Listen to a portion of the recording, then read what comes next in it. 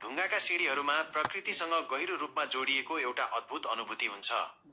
केवल छिटो र सहज आवत जावतका लागि बनाइएका आधुनिक कंक्रिट वा चिल्ला स्टिलका सिँढीहरू भन्दा फरक, ढुङ्गाका सिँढीहरू कसैले जबरजस्ती बनाएको नभई स्वयं धरतीबाटै उम्रिएका हुन् कि जस्तो लाग्छ। उकालो ओह्रालो पहाडी बाटाहरू, पुराना जंगलका गोरेटाहरू वा ऐतिहासिक सम्पदाहरूतर्फ उकालो लाग्ने यी सिँढीहरूले मानव प्रयास र प्राकृतिक संसारबीच एउटा सुन्दर पुलको काम गर्छन्। मूल रूपमा यिनको एउटै मुख्य उद्देश्य हुन्छ, अप्ठ्यारो बाटोलाई सहज बनाउनु, ठाडा भिर, जोखिमपूर्ण डिल र असजिला बाटोहरूलाई हिँड्न योग्य बनाउनु। तर पनि यिनको निर्माणमा मानिसको कला र प्रकृतिको कच्चा पदार्थबीच एउटा सुन्दर सन्तुलन हुनु आवश्यक हुन्छ। यी बाटाहरूमा प्रयोग भएका प्रत्येक ढुङ्गा अद्वितीय हुन्छन्, आकार, बनावट, लेउ र तौलमा भिन्न भिन्न। जब मानिसले आफ्नै हातले एक एक गरी यी ढुङ्गाहरू बिछ्याउँछन्, तब यी असजिला टुक्राहरूले एउटा यस्तो लय सिर्जना गर्छन् जसले यात्रीलाई सचेत भएर पाइला चाल्न बाध्य बनाउँछ। लिफ्ट वा यान्त्रिक सिँढीमा जस्तै ध्यान अन्तै मोडेर ढुङ्गाका यी प्राकृतिक सिँढीहरूमा हतार हतार उक्लिन सकिँदैन।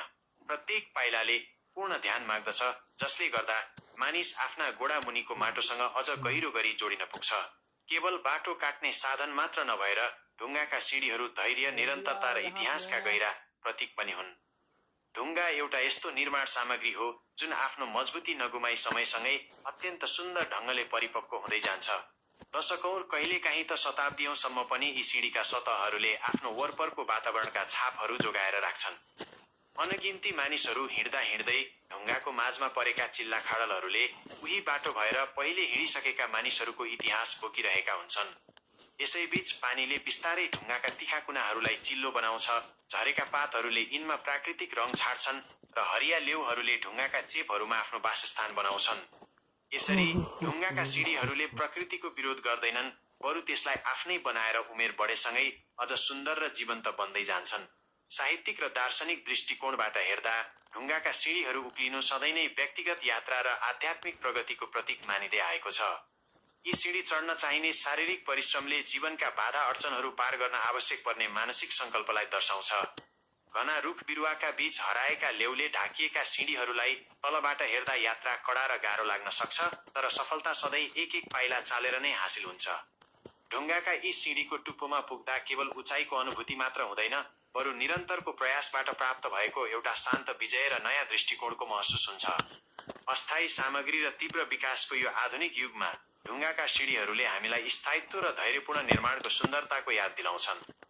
यिनले हामीलाई अलि सुस्त हुन, आफ्ना पाइलाहरूमा ध्यान दिन र यिनलाई बनाउने हातहरूभन्दा पनि लामो समयसम्म टिकिरहने बाटोको कदर गर्न प्रेरित गर्छन्।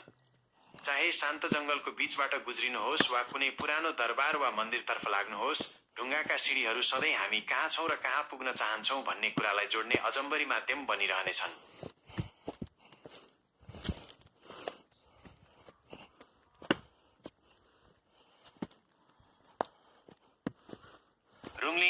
रङलिङ टप भारतको उत्तराखण्ड राज्यको पिथौरागढ जिल्लामा पर्ने धारचुला नजिकै अवस्थित एउटा उच्च हिमाली क्षेत्र हो।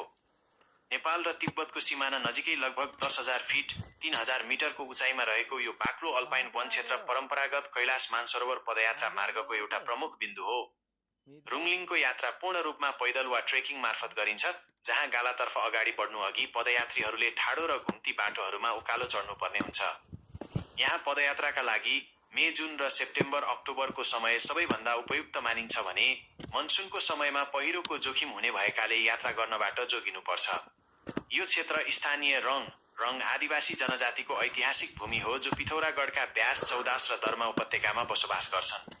प्राचीन कालमा रुङलिङ डाँडालाई भारत, नेपाल र तिब्बत बीचको व्यापारिक तथा बसाइसराईको मुख्य मार्गको रूपमा प्रयोग गरिन्थ्यो। यहाँका मानिसहरू रङलो भाषा बोल्छन्। परम्परागत पदयात्रा मार्ग धारचुलाबाट सुरु भई पाङ्गु र सिर्का हुँदै रुङलिङ टप पुग्छ, जहाँबाट बाक्लो सल्ला र ओखको जंगलका साथै कुमाउँ र पश्चिम नेपालका हिमालहरू देखिन्छन्। त्यसपछि सिम खोला र गालातर्फ ओर्लेर यात्रुहरू बुढी, गुन्जी हुँदै आदि कैलाश, ओइ पर्वत वा लिपुलेक भन्ज्याङतर्फ अगाडि बढ्छन्।